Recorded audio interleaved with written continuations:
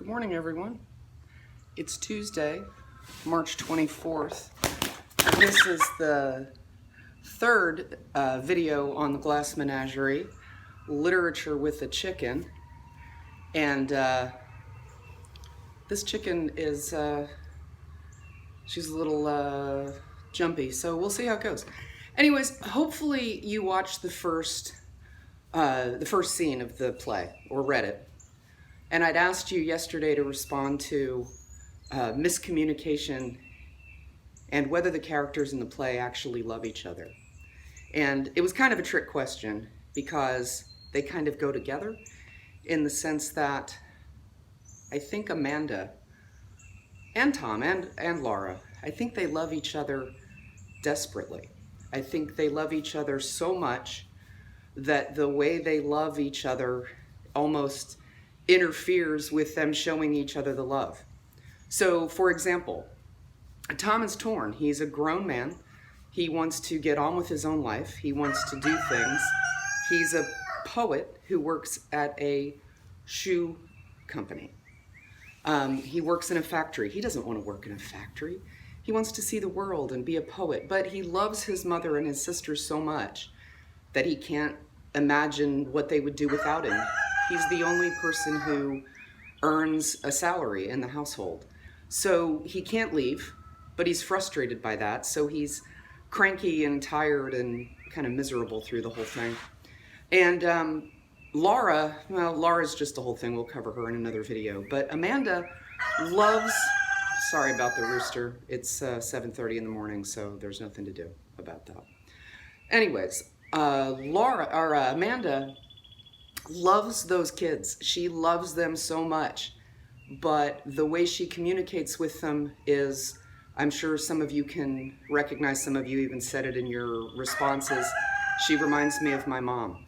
Yeah, because parents do that. Parents love their kids universally. I mean, of course there's some exceptions, but for the most part, parents love their children so much that it interferes with the way they're able to communicate with them.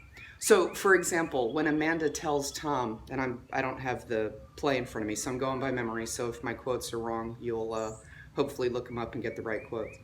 When they sit down to dinner, and Amanda tells Tom, you know, honey, don't push with your fingers, push with a piece of bread if you must push, and chew your food.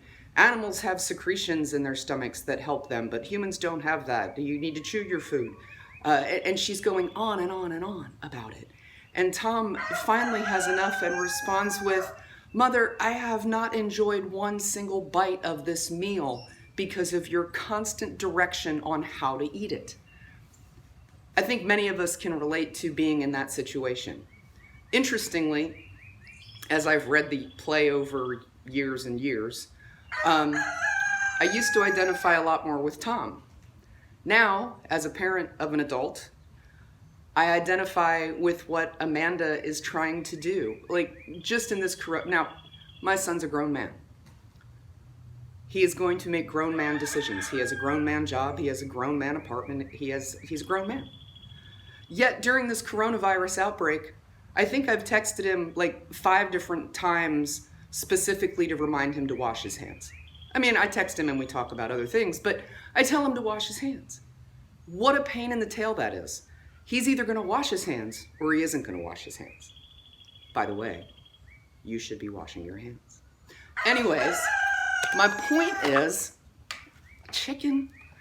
my point is, I don't tell him to wash his hands because I think he's not capable of making grown adult decisions in the middle of a worldwide pandemic to wash his hands. Here's what I'm really trying to say to him. And here's what I think Amanda is trying to say to Tom. And here's what I think your parents are sometimes trying to say to you, though they may miscommunicate it terribly. Here's what I'm saying when I say wash your hands. I'm saying that I love you so desperately that I can't imagine what it would be like to watch you suffer or be sick or be ill or be afraid or be unwell or unhappy. And right now, one of the best things you can do is wash your hands so you're safe. So when I nag my adult son to wash his hands, I'm not really saying wash your hands. He's an adult. He knows to wash his hands. You're adults. You know to wash your hands. What I'm saying is my heart would break if something happened to you. And I think that that is what Amanda is going through when she is talking to her kids. Does she really care if Tom pushes his food with his thumb or with a piece of bread? He's an adult. He certainly knows how to chew. He's made it this far. Her advice on chewing, really? Chewing? But I think what she's saying, oh, you stop. Okay, we're almost done. You just behave yourself. You just sit here and relax. You're being so good for a minute. Now you're getting cranky. Okay. I think what she's really saying is, you know, I love you and I want all the best things in the world for you. But, you know, that's a lot of words. That's a lot of words. So she has a hard time communicating those words. Always, but probably especially right now. Many of us are living in closer quarters with people more consistently because of people being home from school and work and everything and trying to social distance. So miscommunications are probably more likely to happen. And just be mindful of what people are saying and then actually what they mean. Because I think that's one of the big issues in this play. That's one of the things they examine, or Tennessee Williams examines throughout the play. What the characters mean and what they actually say to each other are not necessarily the same thing. So with Amanda, does she love him? Yeah, I think so. So much she can't even see clearly. But does she express it in a way that shows love? Not so good. So just be mindful. Many of you wrote really good responses about miscommunications, and I think sometimes we don't communicate well because we're afraid. You know, we're afraid to look vulnerable. We're afraid to be we're afraid to be called out. We don't want to look like we're weak or you know, wimpy. But I think it's important to tell people what you mean, especially during difficult times. Always, but especially during difficult times, which, as you all know, we're going through right now. So that's the video for today. We're just going to keep working through the play. If you want to watch more, tomorrow we're going to talk a little bit more about deception and what people go through to deceive each other and why they might do that. And we'll talk a little bit more about Laura. Again, it's Tuesday, March 24th. This chicken's been a very, very good girl.